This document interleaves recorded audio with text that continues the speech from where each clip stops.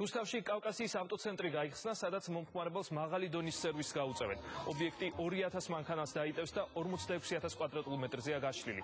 ცენტრის სტუმრები აქვე შეძლებენ საბანკო მომსახურების მიღებას, მანქანის გაფორმებას და ნომრების აღებას. აქვე იმუშავებს სწრაფი კვების ობიექტები და სასტუმროები. მშენებლობა იბერია ბიზნეს ჯგუფმა განახორციელა, რისთვისაც ობიექტში 4 მილიონი ლარის ინვესტიცია ჩაიდო. კავკასიის ავტოცენტრი ადგილობრივ ხელისუფლებასთან ერთად პრემიერ-მინისტრმა გახსნა. ეს არის კერძო სექტორის ინიციატივა და ესეთი კიდე რამოდენიმე იქნება საქართველოში. რატომ?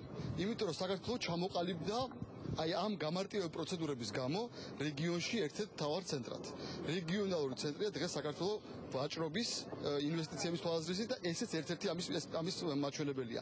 ავტომობილების მხრივ საქართველოს ჩამოყალიბდა ნამდვილად შუა აზიის და კავკასიის რეგიონში მთავარ ცენტრად.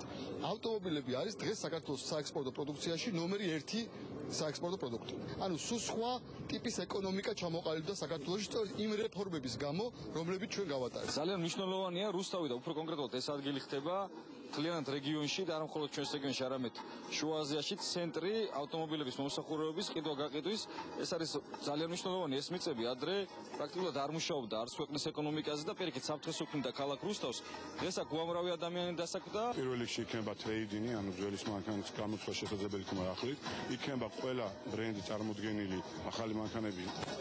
და რაც ყველაზე მთავარია, იქნება ავტოსერვისი ამერიკული პრესიჟენის და მომხმარებელს შეუულია არა ბრმად იყიდოს მანქანა, არამედ შეამოწოს მის ხარისხი რა მანქანას ყიდულობს.